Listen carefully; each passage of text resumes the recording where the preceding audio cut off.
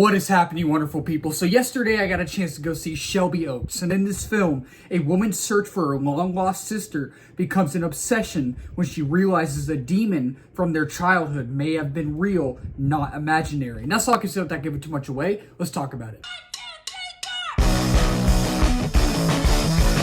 What's your favorite scary movie?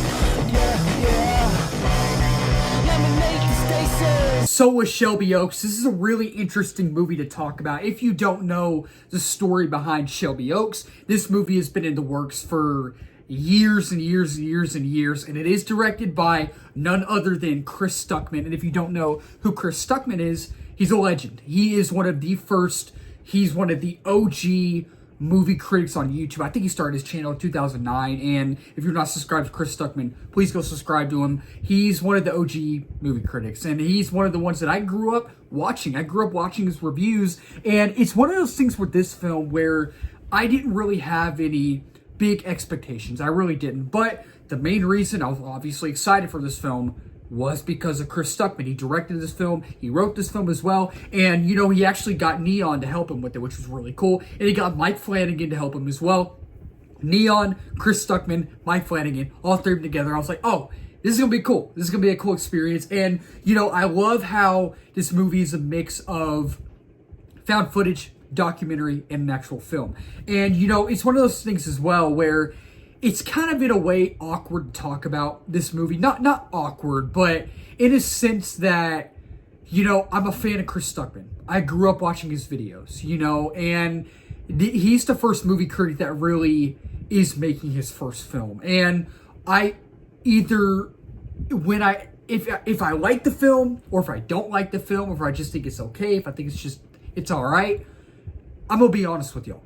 I'm going to be honest with y'all. I'm not going to sugarcoat anything. I'm not going to give y'all a dishonest review. I've never given y'all a dishonest review. I never have. I always say stay authentic. I always give an honest review. And at the same time as well, I'm trying not to be biased even though I am a fan. So after having now seen the film and having walked out of the film, sadly, y'all, I think it's fine. It's definitely fine. So while I am a little disappointed with the film, and while I do think there are some things that I would change if I were the one directing this film, I don't think it's a horrible film by any means. I don't think it's a horrible film by any means. I think there are some really great things in here. I think Chris Stuckman, for the most part, this is his first film.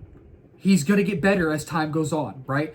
I think he did a really good job with most things in this film, most things. So starting off with the positives, and if you're new to my channel or if you've been following my channel for a while, you know that I talk about my positives first, then my negatives. And even when I need to be negative, I'm going to be negative. When I need to be positive, I'll definitely be positive. So I think for the most part, there are some things that really do work in this film. And I think Chris did a really good job about, you know, I think he did good at creating this visual aesthetic in this overall really great atmosphere in here. And it is a smaller scale film. It is a smaller scope of a film, but I think he really, with the small scale and small scope of this film, I think he did a really good job of creating that visual aesthetic and that visual atmosphere. He did a really good job of getting you into this world. He did a good job of setting the scene with the set pieces and just the horror aspects of it all. And I really think that our main lead in here,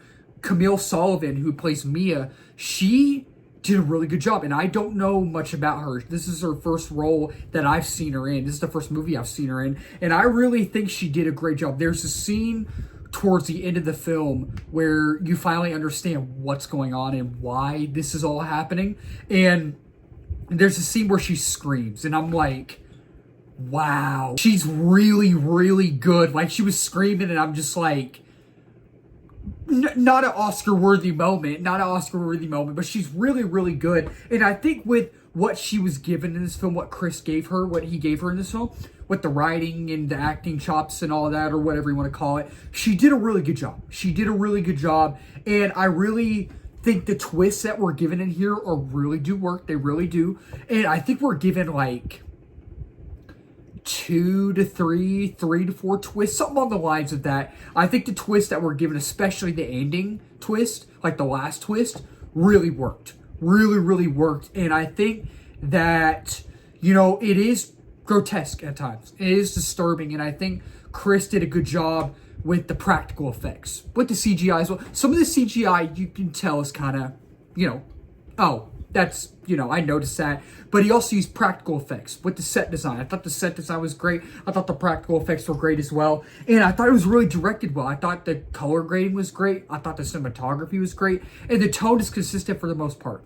There's really no humor in here. There's no humor to lighten the mood. I think the tone is very, very consistent in here. And I really like how he did that as well. And it's really disturbing. It's unsettling. And it's mainly creepy as well. And it's suspenseful at times as well. It's thrilling as well. It's all those, And I think Chris is a really talented director. I think he's a really talented director. I think he has a future in this. I really does. I do think he's a better critic, in my opinion. I do think he's a better critic. But he is a good director. He does have a good eye for certain things in here, and I thought the ending was wild. It had my jaw on the floor. When you think it's going to end, it doesn't. It just keeps throwing you back in the middle of it. Once it throws you out, it throws you away, right? But then it brings you back in, and you're like, whoa, this is wild. This is insane, and I love how it's part film, part documentary, part found footage. I love how he mixed all three of those together. And I love how the first 20 minutes, I believe, are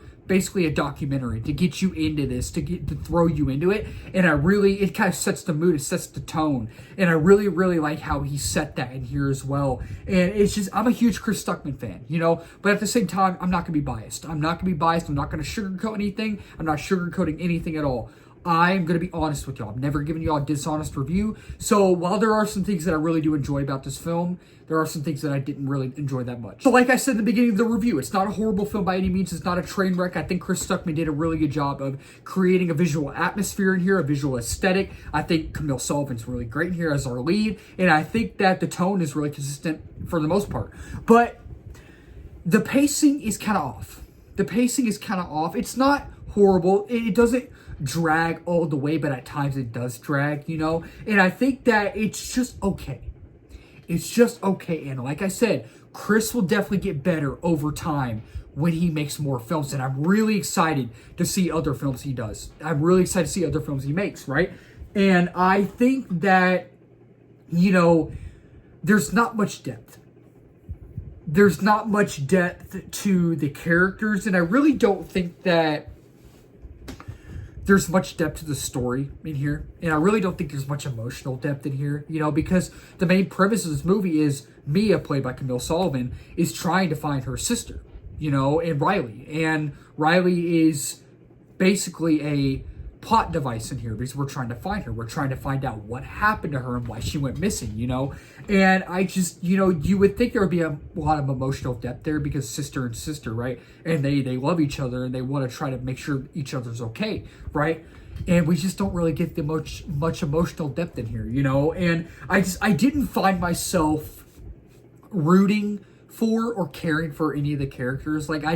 Whenever we get a certain thing that happens at the end and it happens, I just end up being like, oh, it's cool that happened, right? But it just didn't hit me in ways it should have, you know what I mean? I just didn't find myself caring for those moments or that moment in particular, right?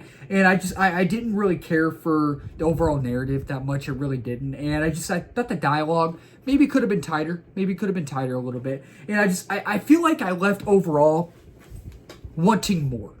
I felt like I left wanting more. And I feel like it does get better as it goes on. It does. And there are some things that are very interesting about it. There are some things that aren't that interesting, And with the mystery aspect, I think part of the mystery aspect works. You're into it, right? You want to know what happens at the end. I want to know what happens at the end. But I feel like at the same time, at times it feels interesting, but at times it doesn't feel interesting. And it's just, it's slightly predictable. It is slightly predictable. And it's just, while some of the parts of the mystery were intriguing, some parts weren't. And, again, like I said, it's not horrible, but at the same time, I don't think I need to watch it again. So yeah, overall with Shelby Oaks, I'm a huge Chris Stuckman fan. I am. And I was really looking forward to this film because he was mainly writing it and directing it. And Mike Flanagan was a part of it. Neon picked it up. So I was really looking forward to it in those aspects, right? And because of those reasons. And, you know, I walked out just being okay with it. But I also walked out knowing that this is Chris Stuckman's first film. And it is hard to make a film. It takes a village to make a movie, and he did the impossible, and I give him props for that. I think it's cool that he did this. So with Shelby Oaks, I am going to give this film a 3.5 out of 5 stars. And with Shelby Oaks, I will say, choose your time wisely. If you're a Chris Stuckman fan, if you've been a fan of his reviews for the longest time, if you've been looking forward to this film, if you thought the trailers were really good, I think you might enjoy it. That'll wrap up this video. Thank y'all so much for watching. If you're new to the channel, please subscribe, like, comment, share in this video. We just hit 1K subs a while back. We're now at 1.1K. Next week milestone is 2K and 3K after that and beyond that as well. If you're new as well, I do movie reviews, TV show reviews, trailer reactions, movie live streams, movie news, movie rankings, all that wonderful movie stuff under the movie umbrella. And let's talk about it down below. Did you like this film? Did y'all not like it? Do y'all think Chris is a better director? Do y'all think he's a better movie critic? Let's talk about it down below. Keep talking movies, wonderful people. Cheers.